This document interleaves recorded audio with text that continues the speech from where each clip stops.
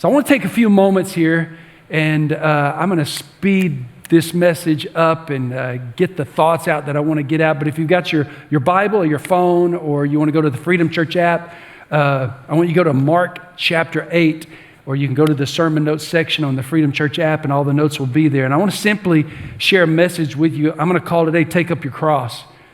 I'm going to challenge you to go deeper. I'm going to challenge you to make greater commitments than you've ever made before. And this has nothing to do with Kingdom Builder Sunday or your offering. This has to do with your life. I want to challenge you to go deeper than you've ever gone before. We all know that Jesus came to redeem us from our sin, but he didn't redeem us from our sin so we could just continue living the same way we've always lived. He came to redeem us from our sin so that we would change the way we live and to pursue the abundant life that he came to give us. But the way we achieve and obtain the abundant life is through denying ourselves, taking up our cross, and following Jesus. And that sounds great. That's great church lingo. But what does that actually mean? Let's read Mark chapter 8, verse number 27. It says, Jesus and his disciples went to the villages around Caesarea Philippi, and on the way he asked them, "Who do people say I am?" Well, they replied, "Some say John the Baptist, others say Elijah, still others, one of the prophets. But what about you?" he asked. "Who do you say I am?" Who do you say I am? And I'm going to ask you today, who do you say Jesus is? Don't tell me what you've heard the preacher say. Don't tell me what you read somewhere. Tell me who you say Jesus is. Scott, what has Jesus been to you? Who has Jesus been to you over the last couple of weeks? I cling to him for life. Cling to him for life, without a doubt. Who is Jesus to you? Because you need to have an answer. Who do you say Jesus is? Oh, he's my Savior. I love it. Who do you say Jesus is? Because you need to know without a doubt who Jesus is. Well, Peter answered, "You're the Messiah." Jesus warned them not to tell anyone about him. Then he began to teach them that the Son of Man must suffer many things, be rejected by the elders, the chief priests, and the teachers of the law, that he must be killed, and then after 3 days, he would rise again. He spoke plainly about this, and Peter took him aside and began to rebuke him. I'm going to come back to that in just a moment. But Jesus turned and looked at his disciples, and he rebuked Peter. "Get behind me, Satan," he said. "You don't have in mind the concerns of God, but merely human concerns." In other words, Peter was strictly thinking about his own life and the way this message of Jesus was impacting him, the words of Jesus, what Jesus was saying. Whoa, whoa, whoa, whoa. Well, you're talking about being killed. You're talking about suffering. You're talking about dying. You're talking about being raised from the dead. Whoa, whoa, whoa. Hold on just a second. He started rebuking Jesus. Jesus turned around and rebuked him. And you got to get those thoughts out of your mind. Then he called, look at this, verse 34. Then he called the crowd to him along with his disciples. And he really went radical here. And he said, "Whoever wants to be my disciple must deny themselves, take up their cross, and follow me. For whoever wants to save their life will lose it. But whoever loses their life for me and for the gospel will save it. What good is it for someone to gain the whole world yet forfeit their soul?" Somebody needs to hear that this morning. What good is it if you climb the highest rung of the ladder, you experience all the success this world has to give you, but you lose your soul? What good is it if you have all the money in the world? What good is it if you have all the accolades and all of the praise of the world, but you lose your own soul? And he goes on in verse 37, "What can anyone give in exchange for their soul? Obviously nothing. If anyone is ashamed of me and my words in this adulterous and sinful generation, the Son of Man will be ashamed of them when he comes in his Father's glory with the holy angels." What Jesus did here is he just separated the men from the boys real quick. Because up to this point, Jesus' disciples had been following him, and they were excited about following him. I mean, they loved what was going on. They loved the miracles, and they loved the teachings and the crowds and everybody clamoring for Jesus' attention and him, feeding the multitudes. And they loved all of this. And many of us are the same way. I'm not going to make it real easy this morning, so just buckle your seatbelt and hang on. I'm not going to pat you on the head and tell you how wonderful you are this morning, okay? I mean, you're wonderful, you're great. But I feel like God is digging in deep here this morning and in this season with freedom, and he's requiring more out of us than we've ever given him before. And this has nothing to do with taking up an offering, okay? He's calling on something deeper in our hearts. A lot of us get comfortable with church, we get comfortable with Christianity, we get comfortable with the way life is. But when it comes time to really digging into what discipleship, what following the Lord really means, then we kind of do like Peter, because we're really Peter in this story. And we say, hey, Jesus, hey, hang on. There's no need to go that extreme. Everything's fine. Everything's good. Church is good just the way it is. We don't want to rock the boat. We don't want to mess anything up. And Jesus rebuked Peter. And then he made it real clear why he came. He said he came to suffer, to die, and to rise again. And then he called us to deny ourselves, take up our cross, and follow him. So what does that actually mean? What does it mean? Here's what it means for us today, to deny ourselves, because that's the real heart of the teaching of Jesus. It's found in this word, deny. It's a Greek word that literally means to disown, to disregard, to forsake, to renounce, reject. The application is simply to subdue the flesh and bring it under submission to a higher authority. Now, this Greek word right here, it means that the person enters into a whole new state or a whole new condition. 2 Corinthians 5:17, if any man be in Christ, he's a new creature. Old things are passed away, all things have become new. So when we come into this new place of surrender, we change places from the old man to a new man. We do things different. And if I can be completely honest with you this morning, I just feel like there's a whole lot of us that we like the good side of following Jesus. We like the miracles, and we like the fellowship, and we like the feeling that we get. But we haven't really stepped into this new man, this new place. We haven't left the old man behind completely. Because there's a lot of people that, if you go out into the world, you just won't be able to tell the difference between who's a follower of Christ and who's not. Because we haven't really left the old behind. And what I feel like Jesus is calling on us today is, hey, I want you to come a little closer. I want you to leave that old man behind. I want you to be willing to deny yourself. In fact, the closest word to this word deny is really a word like apprentice, where we're not just learning biblical knowledge. We're not just learning facts and figures. We're actually learning hands-on how to live a life like Jesus lived. So we're following the way he lived, to do what he did, to talk the way he talks, to pray the way he prayed, not just to know things. And that's one of the big faults about the beauty of America and the beauty of church here in America, is that we like knowing things. And we have access to so much knowledge. But God's not impressed by our knowledge. He wants to know, are we following his actions? Are we living the way he lived? What Jesus is actually telling us is he wants us to no longer be the center of our lives. We have to stop being the center of our lives. Everything in our world feeds this need in us to make us the center of our world. And I know this is a little weird, because we try to figure out, okay, what's my path for life? Where am I going to work? Where am I going to go to school? How am I going to achieve? We start trying to figure out our own way. And we get caught up in this trap of figuring out our own way and making our own way, and not really learning how to live your life while completely surrendered to Christ. We lean on our own understanding rather than just trusting. Sometimes the path may look the same.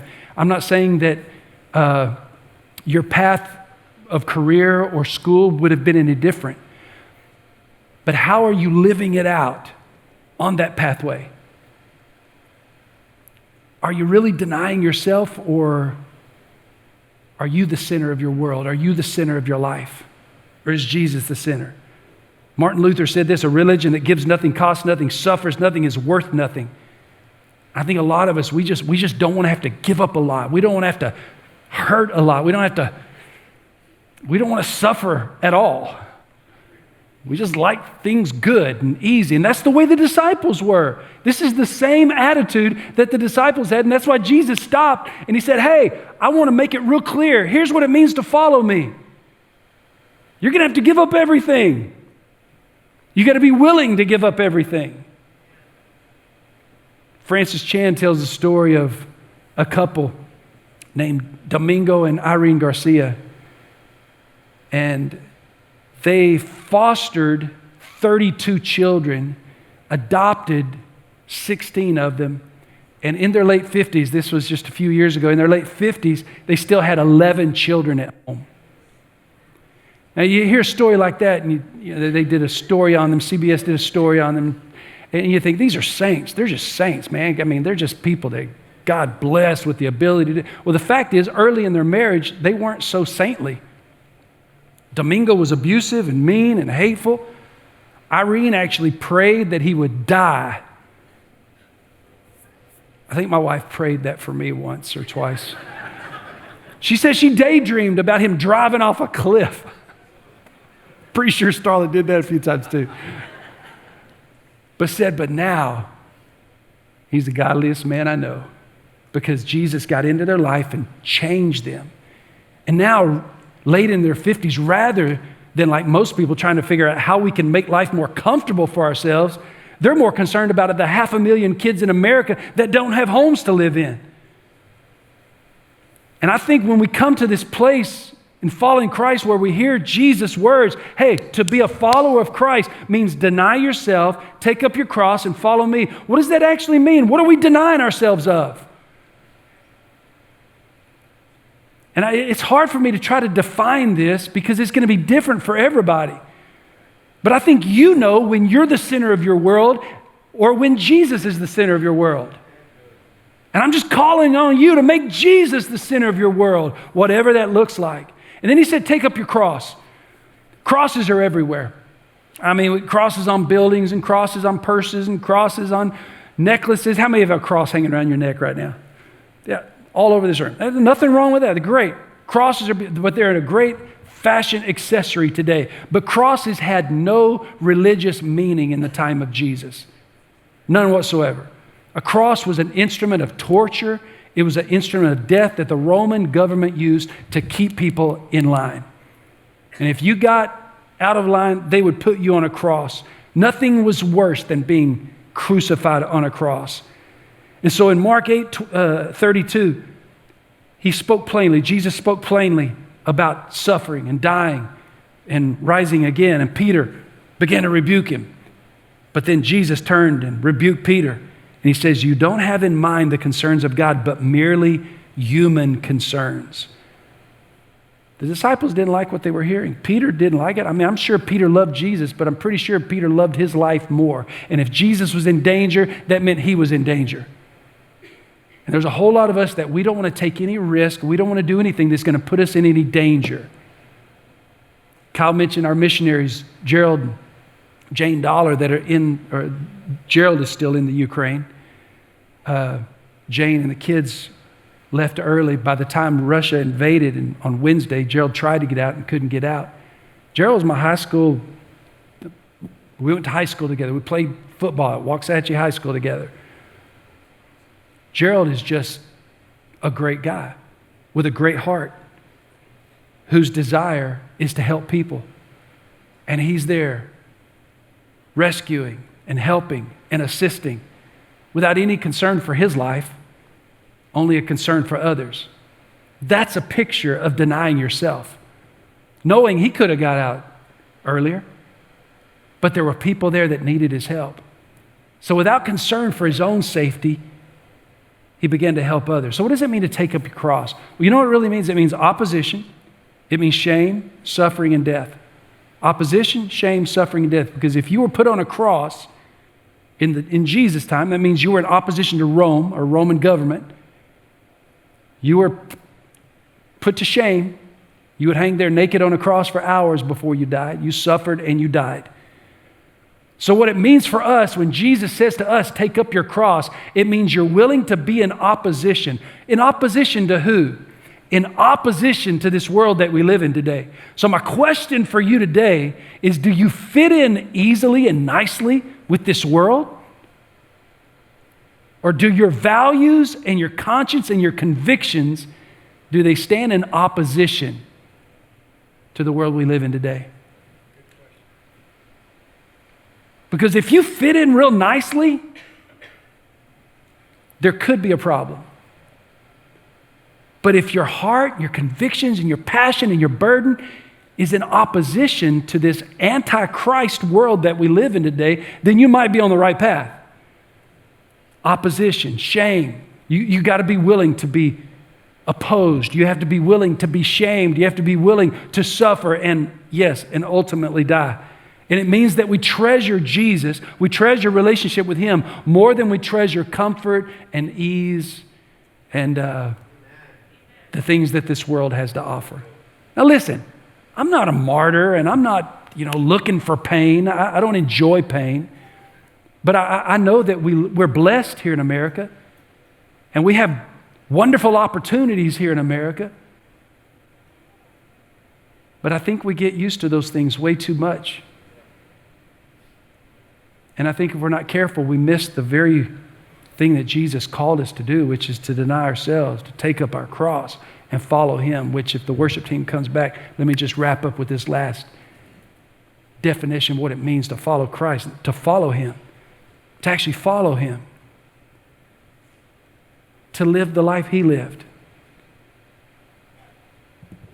I read the story of a young girl who filled out an application for entrance into university, and one of the questions caught her by surprise, and she in good conscience could only answer it truthfully. But the question on the application was, are you a leader? And she knew that she wasn't a leader. Her personality was not to lead. Her personality was a follower. And so she was afraid to answer it honestly, but that's the only way she could fulfill this application is to be honest. So she filled it out, turned it in, knowing that her heart kind of sank, thought I'm gonna lose my opportunity, but I have to be truthful. She got a letter back from the university a few weeks later, and it said this: dear applicant, a study of the application form reveals that this year our college will have 1,452 new leaders. We're accepting you because we feel it's imperative that they have at least one follower. You know what that said to me? Everybody wants to be a leader, but nobody wants to be a follower.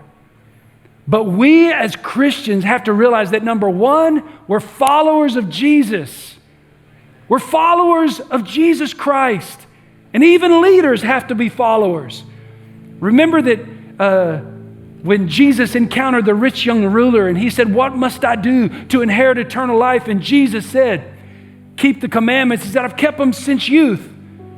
And then he said to him in Mark 10:21, he looked at him, loved him, and said to him, one thing you lack. Go your way, sell whatever you have and give to the poor, and you'll have treasure in heaven. Come, take up the cross and follow me. But he was sad at this word and went away sorrowful, for he had great possessions. You know the problem with this guy is? And this isn't Jesus' command for everybody, that to follow him, you have to give away everything that you own.